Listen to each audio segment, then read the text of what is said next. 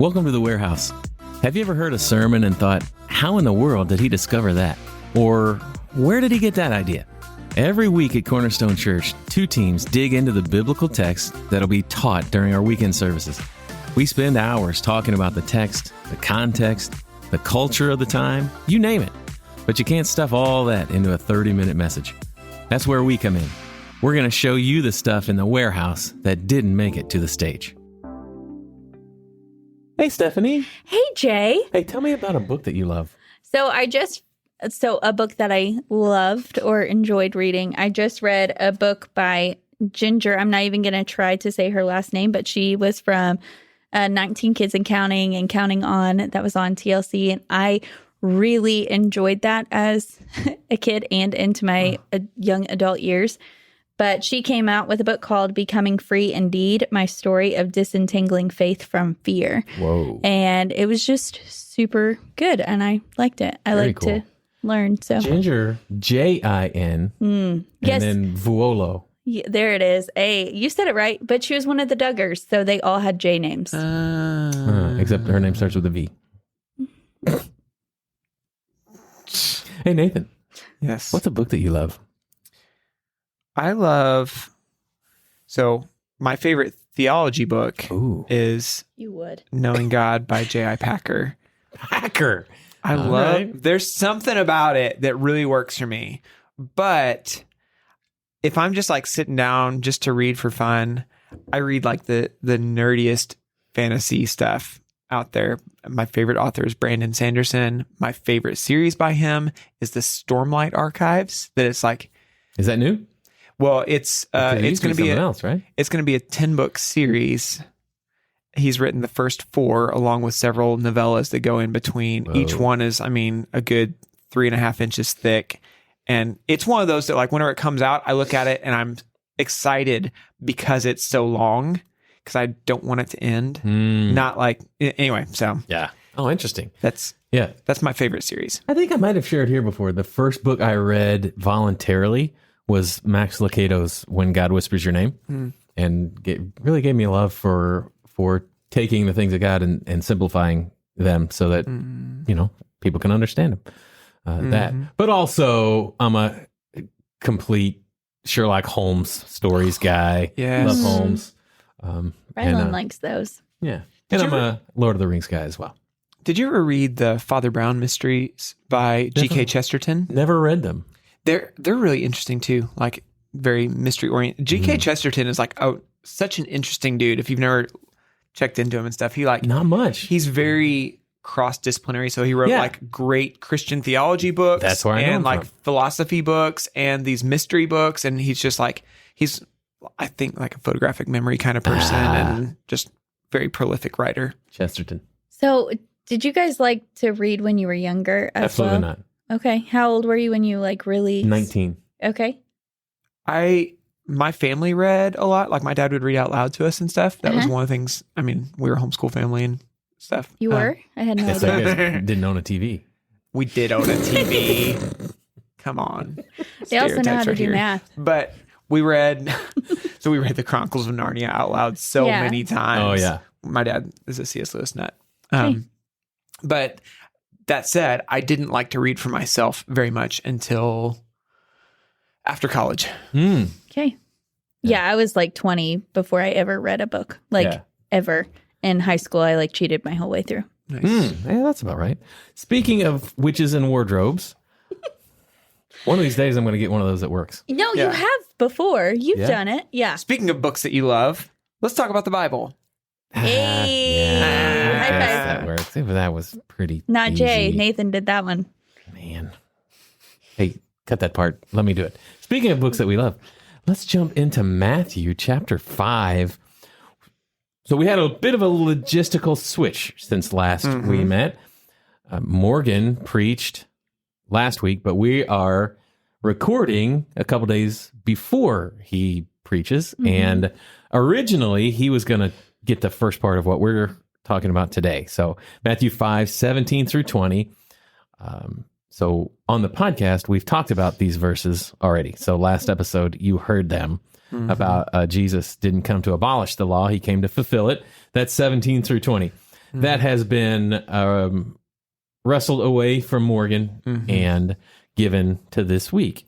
But we're not going to make people rehash. Yeah. Or we could and try to go word for word. You guys want to go word for word what we did last week? No, I'm it's game. fine. No? Okay. So, Yeah. No, I just think like, so the reason we ended up moving is because it really functions as an introduction to this next section of what we're going to be reading, because Jesus keeps taking and like introducing things that they know, but like giving his like interpretation, or like, you've heard it said this, but I say to you this. And the teaching on like not abolishing the law and prophets, but fulfilling them really is a great foundational setup, and it really introduces this section. So that's why it ended up getting taken away from the salt and light passage and put at the beginning of the talking about anger. And, Right. Because some would, go ahead. Nope, you. I was just going to say, because some would say that salt and light was actually the ending of the Beatitudes section. And this is starting on like a new. So salt and light, the exclamation point on the preamble. Yes. And then straight into this. So there, he fulfilled the law. And so that sets up why he can. Oh, the fact that I said I'm going to sneeze made it not happen. I'm so sorry, but it was violently imminent. It was going to happen. I've never heard someone yell that I'm going to sneeze. I didn't even know what he said at first. No, I didn't. And then he like went to hold his nose. You know, Parker can mute your mic, or you could lean back. Or... It was going to be real loud. And then it would have gone. I know we're in like episode 40 or something, but we're still new at this. So, it's fine. If you also have to sneeze, email us warehouse@cornerstone.team. Anyway, so Jesus being the fulfillment of the law is the reason he can say, "You've heard it said, but I tell you." Yeah. And so because that's blasphemy. If somebody says, "Hey, here's what the Bible says," but I come and I'm going to tell you. Right. Well, he's not even saying that. He's not even saying that this is what the Bible says. He's saying this is what you have heard. This is what you've heard us said. So he's not saying so much this is what the Bible says. He's talking about what the Pharisees and the scribes have been teaching them. Yes. Right? Well, but most of them are quotes from the Old Testament. Yes. But it is not against. Never mind. It's fine. Keep going, guys. Yeah, I get what you're saying. Like, they're not all direct quotes and stuff. So whenever he says that, he's kind of setting himself opposite the scribes and Pharisees more than he's not setting himself opposite the law. Yes, right. He's not setting himself opposite of Scripture itself. He's doing that against them. It was a long trip. I'm sorry. Yeah. Started with a sneeze, landed here. It's going to be a doozy, guys. Yeah. Gonna be a doozy. So what we'll do, we'll go ahead and read the whole thing, and then how about one of you two want to wrap up 17 through 20 with like the highlight of 17 through 20, and then we'll dive right into 21 through 26 of Matthew chapter 5. Do not think that I've come to abolish the law or the prophets. I've not come to abolish them, but to fulfill them. For truly I say to you, until heaven and earth pass away, not an iota, not a dot will pass from the law until all is accomplished. Therefore, whoever relaxes one of the least of these commandments and teaches others to do the same will be called least in the kingdom of heaven. But whoever does them and teaches them will be called great in the kingdom of heaven. For I tell you, unless your righteousness exceeds that of the scribes and Pharisees, you will never enter the kingdom of heaven. You've heard that it was said to those of old, you shall not murder. That's in the Bible. And whoever murders will be liable to the judgment. But I say to you that everyone who is angry with his brother will be liable to judgment. Whoever insults his brother will be liable to the council. And whoever says, you fool, will be liable to the hell of fire. So if you're offering your gift at the altar and there remember that your brother has something against you, leave your gift there before the altar and go. First be reconciled to your brother and then come and offer your gift. Come to terms quickly with your accuser while you are going with him to court, lest your accuser hand you over to the judge and the judge to the guard and you be put in prison. Truly, I say to you, you will never get out unless you have paid the last penny. We didn't do a big idea first. It's fine. I didn't have one. Oh, you didn't have one? I came up with one just for this podcast. Yeah, you did. What is it? Good job, Nathan. Yeah, no problem. Our relationship with people directly impacts our relationship with God. We're gonna hear that this weekend. Something fierce. Yeah, It's good. good. I'm gonna lay aside mine and say what Parker said. Seeking harmony with others is key to seeking fellowship with God. Oh, Yeah, good. that's good. Nicely done, Parker. Yeah. Good job, Parker. Hey, how about one of you guys give us the highlight of 17 through 20 so people don't have to go back and look for the timestamp? Because I asked Parker to timestamp last week's, and so we're not gonna do that again. Yeah, so I would say I would just summarize it as like he's establishing like what is the law's relationship to him, and I'm paraphrasing D.A. Carson there who talked about that, but he's just saying like they don't find their demolition in him. It's not that they cease to exist or cease to be important or like essential, but they find their fulfillment, like their completion, their perfection, their like filled fullness of in Christ. And so, and that's both that he accomplishes them perfectly, and that he also is he is the the Messiah and the new Moses who's able to expound upon them and like bring us into his kingdom. Awesome. Anything to add? No. I like it. Well then, how about verses 21 and 22? Skipping down. You shall not murder. The sixth commandment, Exodus 20:13. It was interesting looking back there. The Hebrew word also covers causing human death through carelessness or negligence. So not just, and I assume that's probably why other versions historically had said you shall not kill. It would make sense because murder, at least in English, the word murder is a very specific. You have intent behind it as well. So here, manslaughter, Right. a reckless driving, homicide, DUI kind of thing. Those would count as well. Yeah, so I'm going back to, because I do this to you all the time, but you have heard that it was said, this is the first time that this part is brought into the text. Yeah. And so he's saying here, like, you have heard that it was said to those of old, you shall not murder. But he's talking to the crowd and the people about, like, this is what you've heard. And then there's the but, which Nathan loves, but I say to you. I'm done. Done. Keep going. I like what you're saying, just not that. I walked away. It's fine.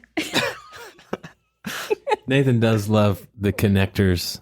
You love when one verse starts off with a way connecting it to the previous with the fours, can't the now. weather. It's just like good interpretive method. Yes. You look at the clauses and you look at the connectives to see how those clauses are related. Yeah. So Yeah. With us, it's really easy when we see a verse number that 21 says this and 22 says this Right. and 23, because 23 is going to come back and say so. Yeah. And so is another word that Nathan loves. I'm so sorry, So guys.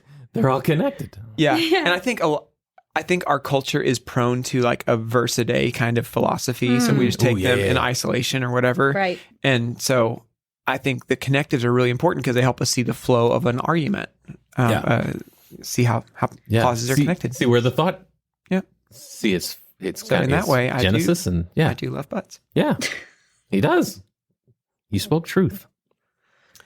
What else do you have about this section, can't. Stephanie? I can't. So I'm trying here. So I just wanted to mainly say he's not correcting the Old Testament. Rather, he's correcting their misunderstanding, and he's going deeper into what it means.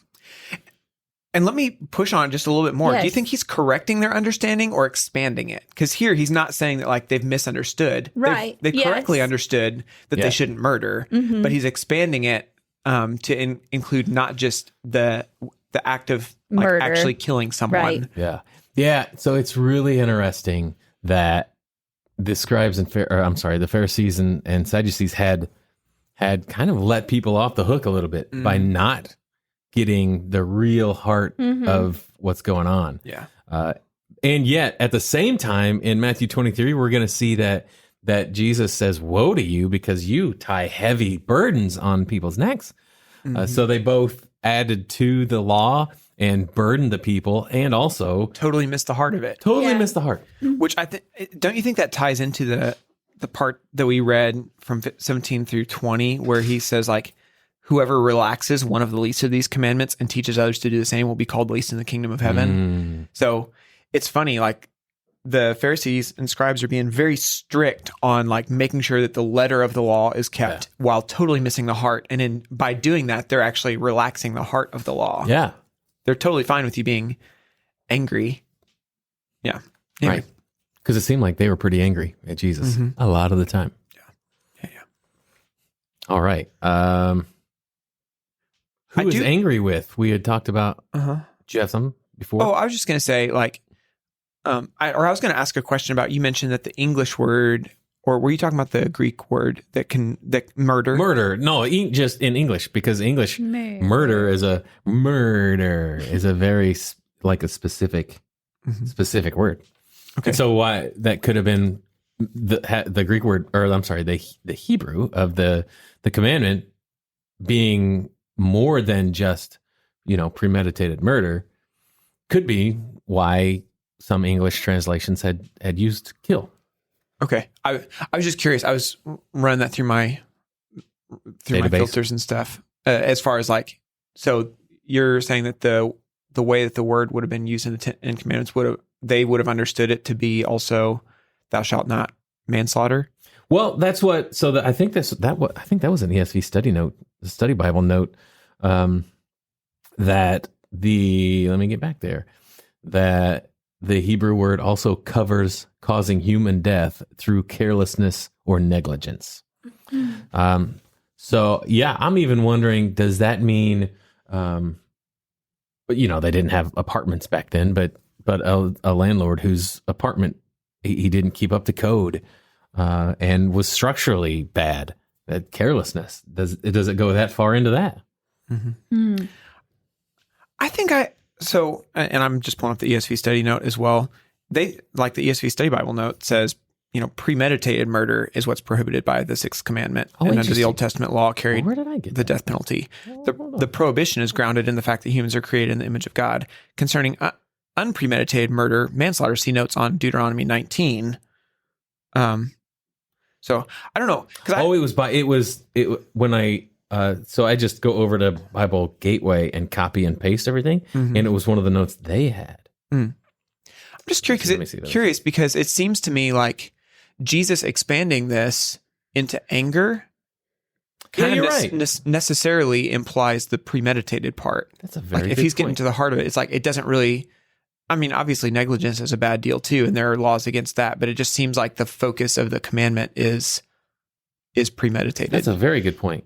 And now, I can't find that reference. I usually link them. Yeah.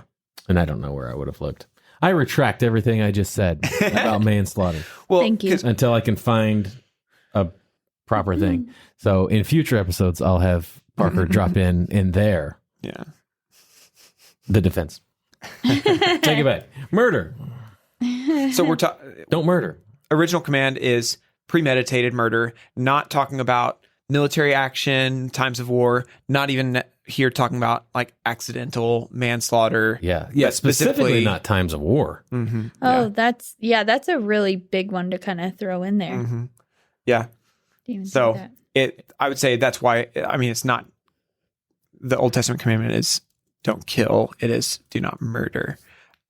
Murder. Yeah, that's right. Yeah. And I think I think that's important for like what we see in the way Jesus expands it and helps us understand the heart of it. No, it is. It's Bible Gateway's note on. We're I just copied and pasted the note. The Hebrew word also covers causing human death through carelessness or negligence. So it's probably one of those that, again, like it can mean either one, but needs to be interpreted via context. Yeah. Yeah, I'm with you there. 22. What do you have about being angry with? Talk through orgazamenos. Oh, I feel like you want to talk about that because you said it so well. Mhm. No. No, you don't. We had a good conversation about Yeah. So angry with. we're part of what we were talking about was a lot of times what we end up doing is we see this word angry and like we expand it to all of its potential meanings and like try to form like a system for interpreting it, saying like, well, is he saying that anger is always bad? Mhm. And there's other places that anger is not bad, like Paul says, right? In your anger, do not sin, which Mhm. implies that like there's a way of being angry that's not sinful. Right. We see Jesus like being angry with the treatment of the temple and the exclusion of like the poor people and Gentiles, and in order for it to be made a place where they were selling stuff. So obviously there's ways that anger can be appropriate and not sinful. So this word here, from what we know of other uses and stuff, like it can't just mean that that you can never ever be angry for any Right. reason. But there's a very particular, from context again, there's Yeah. a particular kind of anger in view here.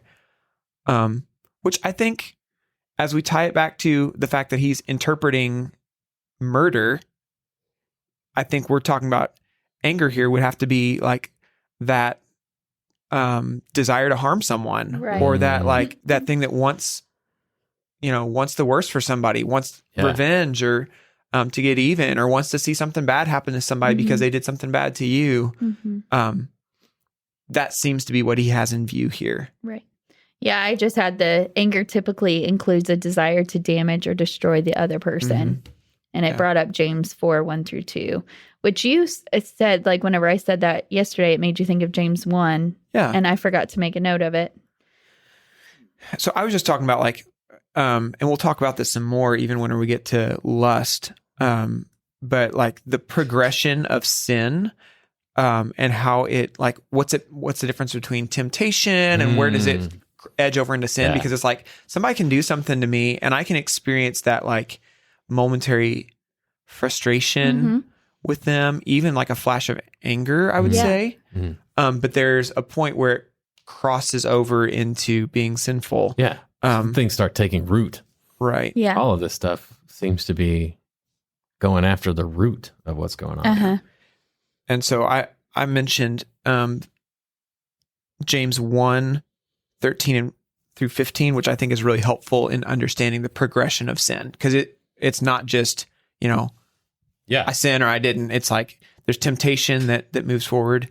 So we've got the let no one when he is tempted say, I'm being tempted by God. For God cannot be tempted with evil, and he himself tempts no one. But each person is tempted when he is lured and enticed by his own desire. Then desire, when it is conceived, gives birth to sin, and sin, when it is fully grown, brings forth death. Mm. So it's one of those, like, if you trace back, where does murder come from? Premeditated murder. At some point in this progression, it was a kind of anger that intended harm toward that person. Yeah. And there was a point before that where it was just like a frustration. So he seems to be talking about the place where it gets to like, I intend something.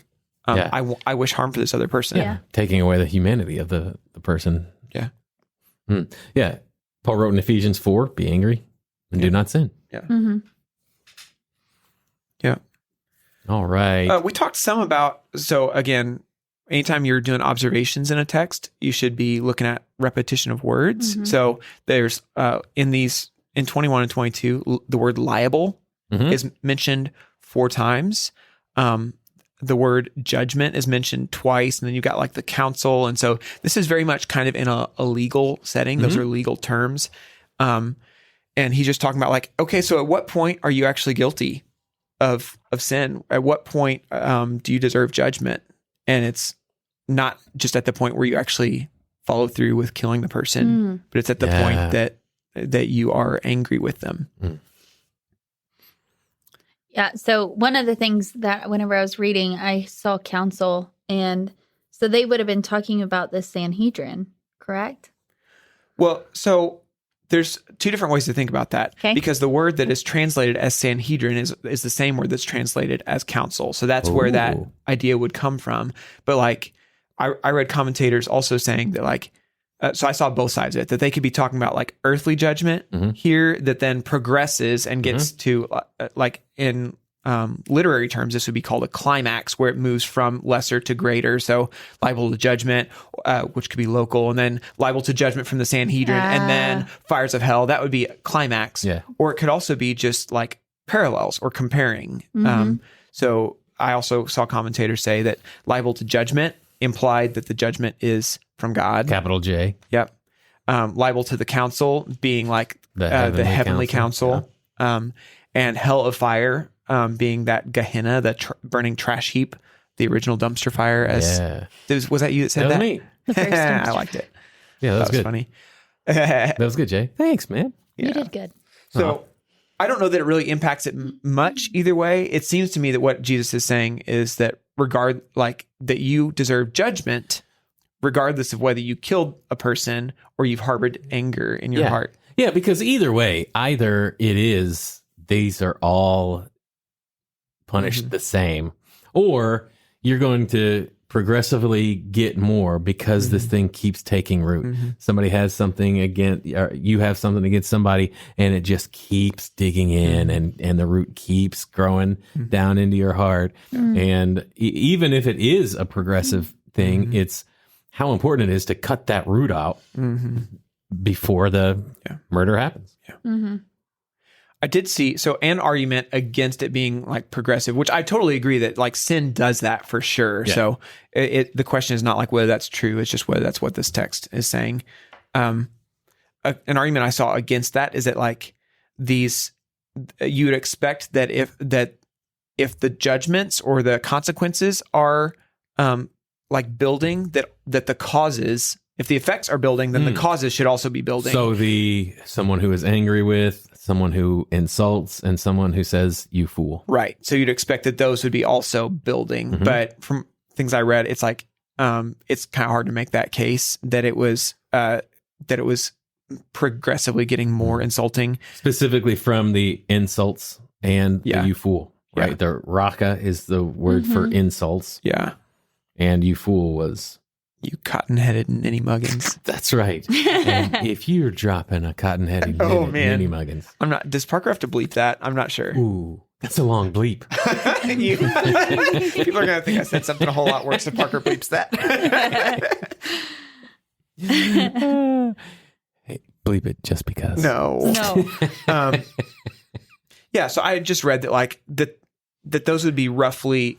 Like I'd read that they would be roughly equivalent in their time, although you had seen that like it does seem to progress. So it doesn't really matter. We're just trying to see what it says. And it's a little difficult to get the context of the word translated insults, the raka, because it's only used once in the New Testament. Which makes it a Hapax legomenon. That's 2 weeks in a row that we've got a... I feel like it's been way more than that lately. I love this. It's great. It's our thing, guys. Except for I got scared I was going to get off beat there for a second. You did it. And you said you would not sing on this podcast. That's not singing. It was. No, you were that's vocalizing. not singing. No. I don't know. If you think it was singing, email us, warehouse at Singing is just- cornerstone.team. Talking and moving the sound of your voice up and down. So raka meaning It's like empty head. yeah. Mhm. Yeah, you're empty. Empty one is the Chaldean origin of it. Worthless. Mhm.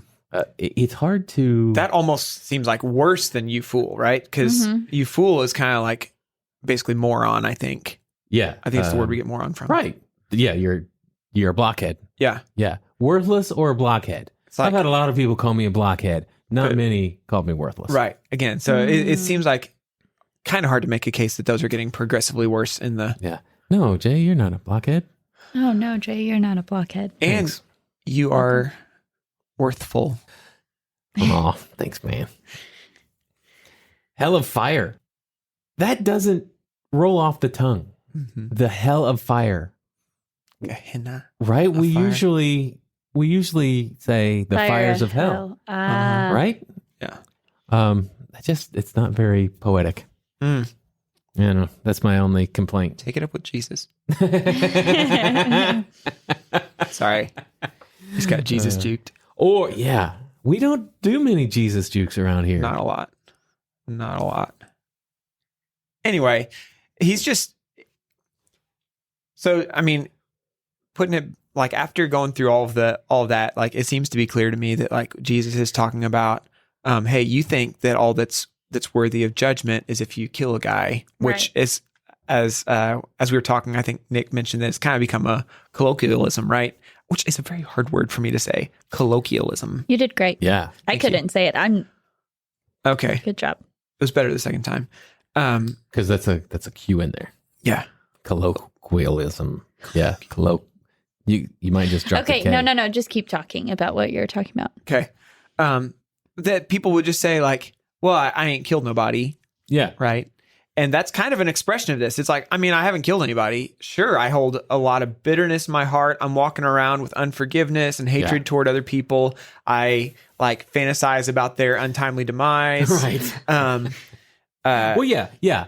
I've never killed that worthless fool. Yeah, exactly. Yeah. And that's a great way to say it. And he's saying like, hey, you are not only liable to the same kind of judgment, but you're liable to the hell of fire. So anyway, which is intense, right? It should cause us all to pause and say, oh goodness, like I need to do some self-reflection. Am I holding on to anything? Yeah. Yeah. Man, anything else? 21, 22? Well, how about 23 and 24? So if you're offering your gift at the altar, I've already read it. Why would I read it again? I read the whole thing already. Okay, so here we have two examples. So whenever we see this this connective, so it means here that he's getting ready to give examples of the principle that he just laid out, right? Yeah. And so he gives an example of offering your gift and going to court with your accuser. Mm-hmm. So just wanted to lay that foundation there. Yeah. What you got? Steffi? No, yesterday, remember I talked about like, he's prioritizing friendship reconciliation over a religious act. And then we discussed it a little bit more and I was like, not sure if I would even say that. It was more along the line of like, your heart needs to be right whenever you're coming to the Lord. We did talk about the importance of the reconciliation. Yes, side. yes. Yeah. So But not that it's one or the other. It's not that he's prioritizing it and making it a bigger thing, reconciliation over a religious duty. I gotcha. It's like love God, love people. Yeah. Love people, love God. They go our hand in religious hand. duty is reconciliation Yes. in that moment. Yes, they go hand in hand. It's not one outweighing the other. Yeah, that's good. And I mean, we see that throughout the Old Testament as well. Like if you read through the prophets, so many of them are going to say like, hey, I despise your burnt offerings and your sacrifices because you've neglected acts of justice and mercy, or because your hearts are far from me, and those kinds of things. So it's like God didn't just want the sacrifice from them, not just the religious duty. Yeah. He wanted their hearts. Yes. Yeah. And so in 21 and 22, Jesus is saying, but I say to you that if you're angry at your brother, you've already committed murder. And yet here in 23, he says, hold on, you're giving your gift and you remember that your brother has something against you.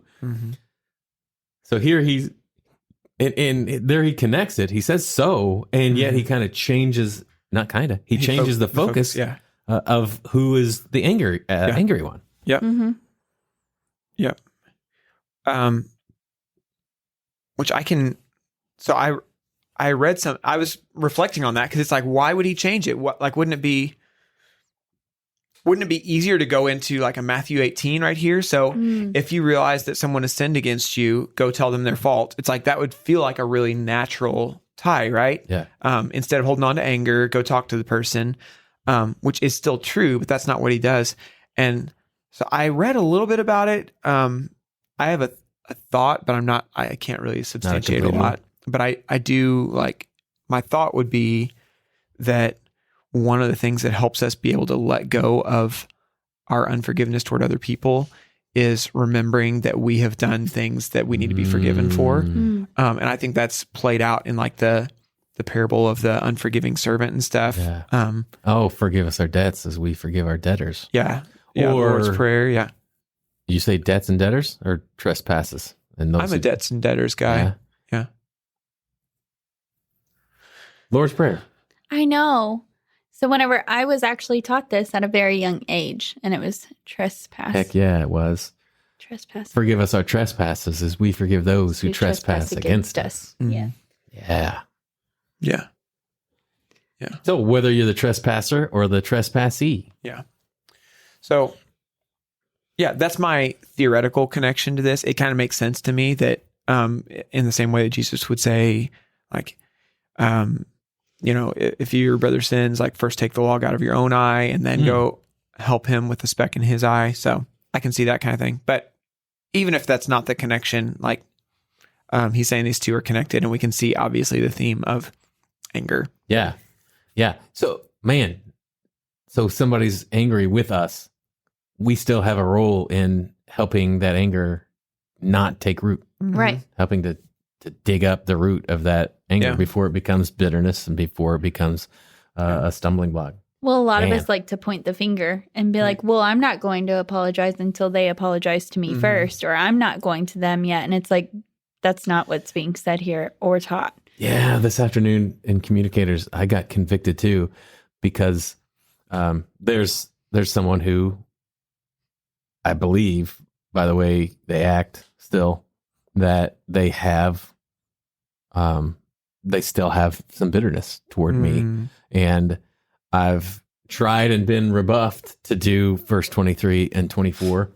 And I have been content with my action of that one time trying to go and make it right. And today I was like, ooh, Gotta go again. man, I think I got to try again and got to leave my offering again. So I've got to leave my offering in the temple in Jerusalem, and I've got to travel back to Jericho, and I've got to go try to make things right, and then come all the way back to Jerusalem. Which was fun yesterday. We got to have the discussion about leaving your gift. Wouldn't have just been like, here's a present on the altar. It would have been a live goat, lamb, something like running around. Yeah. Because as we hear this thing, we're going to be in a big auditorium, and the boxes are in the back that we can drop them in. Yeah. And we think, we don't drop our envelope in the box. We go over to Court Street in Marion and we knock on our buddy's door And come back before the end of the service and drop it in at the end. Yeah. So I'll be gone 45 minutes. Yeah. This wasn't that. Yeah. Yeah. It was likely leaving a live animal in the temple in Jerusalem. Asking the guy behind you, hey, could you hold my goat? Yes.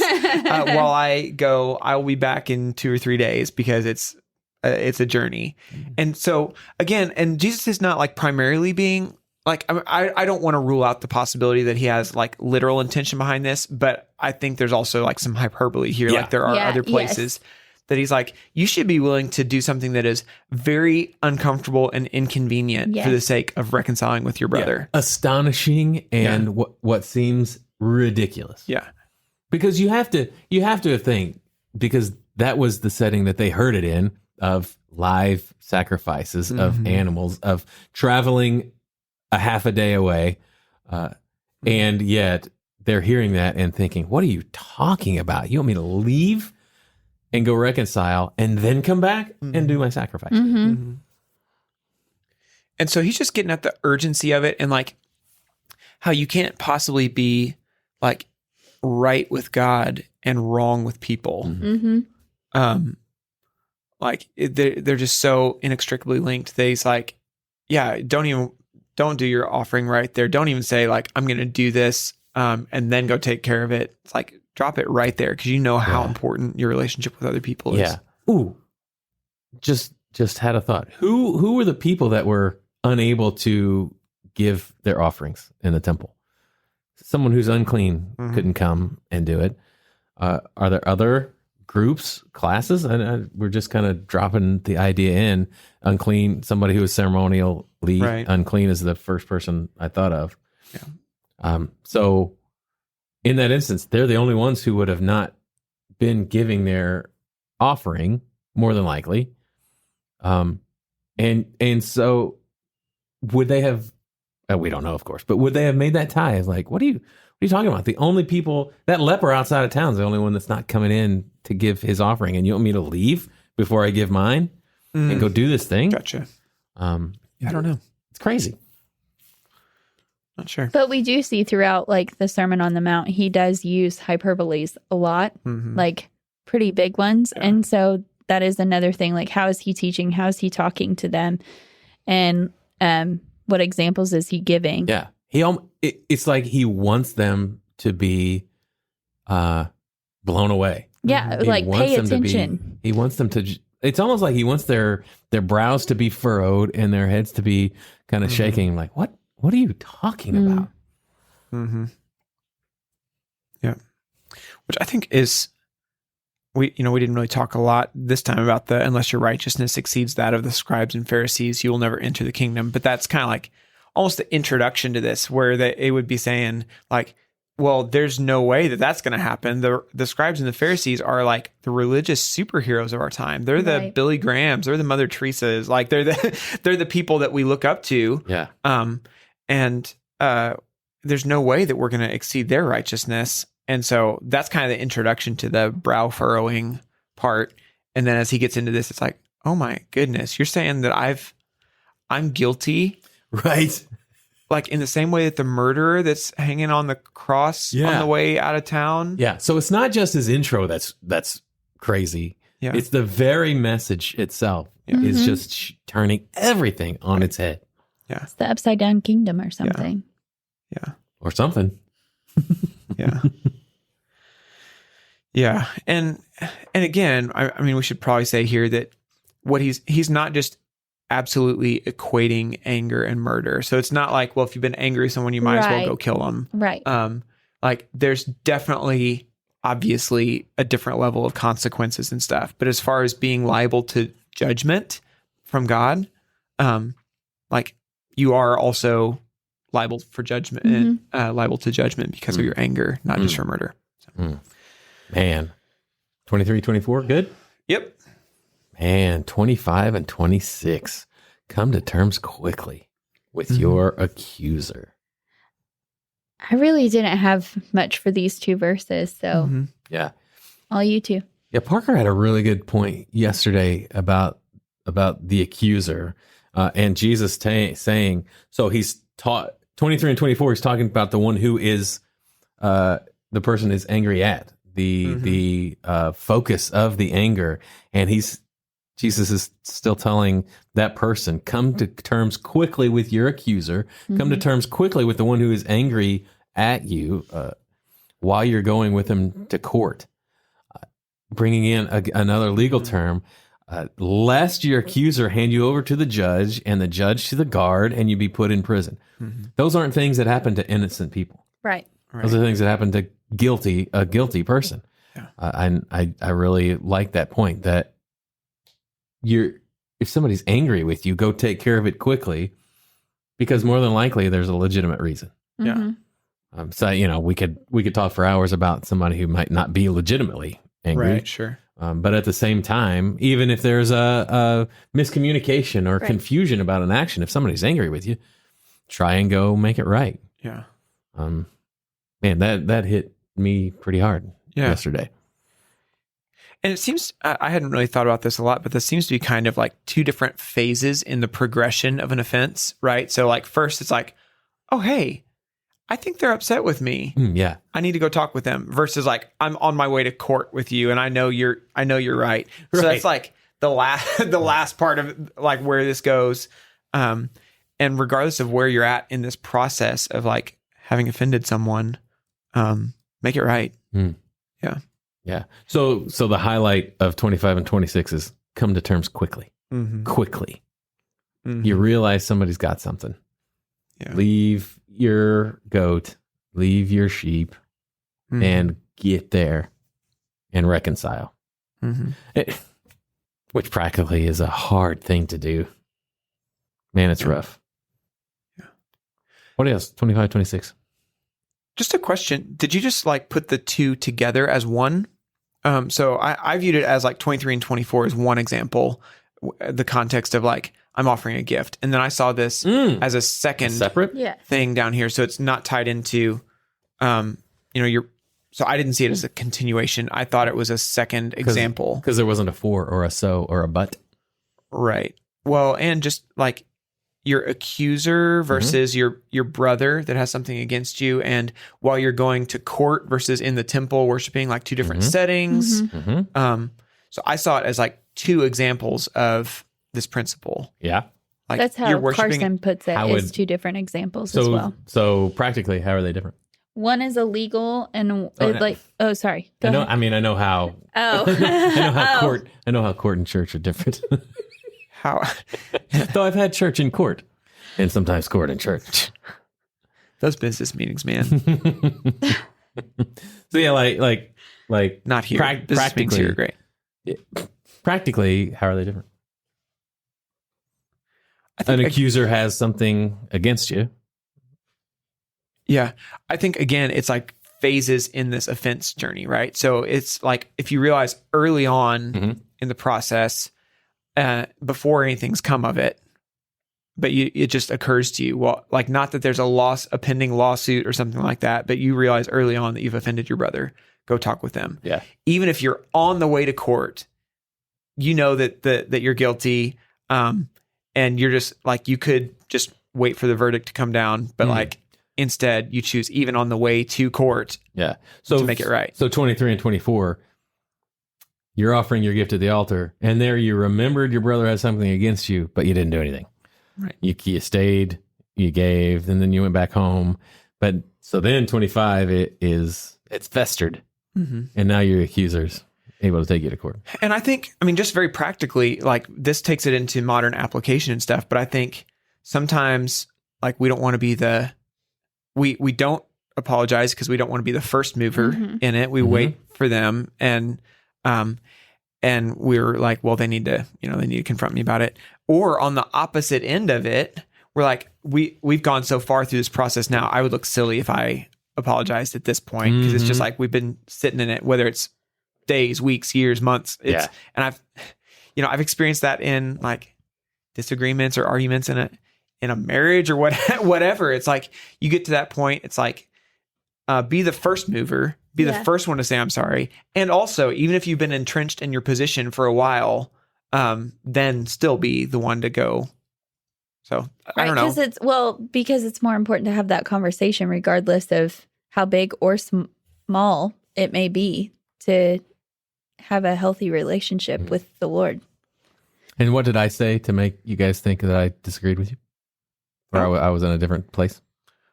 I don't think I did. I think you disagree. I think you asked a clarifying question. So No, I mean, you asked if I saw them as one or two. Oh, A continuation of verses 23 and 24 being one example, and 25 and 26 is the second example. So it's two different examples, not a continuation from 24. there's a particular way that you like ran through that made it sound like to me you were just saying like that this was one progression. Like versus- if this didn't get solved, then you need to come to terms quickly with it now. Oh, okay. Anyway, I'm not. Yeah, it sounds like we're probably not on opposite sides of it. I was just clarifying. Yeah, I think it's the same guy. And strangely enough, he's a judge. And yet, no. And he lives And we're right like- outside Gehenna. That's He right. sits on the council. It's the weirdest thing. Okay. Yeah, so everything you said, I agreed with. So whatever I said, Is that the second time you've done that on the show so far today? agreed with something somebody else said? Yeah, or Oh, no. No. No, the spit is for special occasions. Yeah. So, accuser, we talked a bit about that word as well. Uh-huh. How Go ahead. how it's been used as adversary. Some places have it adversary. so is this Satan? No. This is Antidico. Yeah. My Okay. Greek is just, mwah. But it not, because Satan is also translated Adversary. accuser in places, adversary is places. Mhm. But this is a different word there. Mhm. Just wanted to drop that in. Cool. Anything else? Good job. What are you excited to hear? Stephanie looked up. I don't know if that was I ain't excited for nothing because I got this against this person and that against that person. No, I think I'm going to say the same thing I said yesterday. Like, I'm hoping They I'm going to say Oh, it. okay. But I'm hoping it causes people to move and have reconciliation and restoration within relationships, regardless of if it happened on the way to church or if it even happened 6 months ago, 6 years ago, however long it's been. Like, it's important to reconcile a relationship to help like your relationship with the Lord. Mhm. That's good. Yeah, can you imagine like if everyone in a church body like lived like this? It'd be crazy. How many bodies would we see moving on a Sunday, or Yeah. a husband praying for their wife up front because he Yeah. may have gotten angry, or a wife praying for her husband like, man, I Yeah. am sorry. I was a jerk on the way to church today. That's so you mentioned Nick earlier. Nick Vulcaning coming back. He was with us last summer. He did He's preached on Moses. He did. He came out dressed as Moses, holding the tablet. You guys remember? You remember? So sorry. So yeah, last year in the Christology series, he Yes. talked about Moses. But yeah, he's back, and that was a major thrust of his messages. What if Cornerstone was that kind of church That's cool. where anger just didn't take root and never turned to bitterness? And I'm Right. like, oh man. And so that's one of the things I'm excited to hear. I'm excited to see. I was talking to Dustin, and I'm like, I really hope that the worship team is up and singing, and Dustin sees somebody with that realization, this person has something against me, and just working through that in real time, and then will already be standing, but kind of have that, all right, here we go, and take those first steps to leave and go meet that person. Well, and like you were just saying it, like we're going to have anger. We're going to experience it, but how are we going to allow it to take root and grow into sin? Like, because we're going to get angry about things. Yeah. And how do we keep that from happening? How do we Right. keep those roots from starting? Yeah. And man, part of it, I think, is us remembering that the one we have trespassed against has already forgiven us. Yeah, that's so good. That's good. Yeah. Anything else, guys? No, Nathan, what are you excited about? Very similar. So okay. I Ditto. think just vamping on that for just a second, I think it's so countercultural.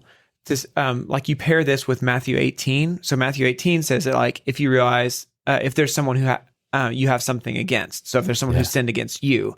So whether you're the one who's been sinned against or the one who has sinned against someone else, Jesus he says, hey, it's on you to go talk to the other person.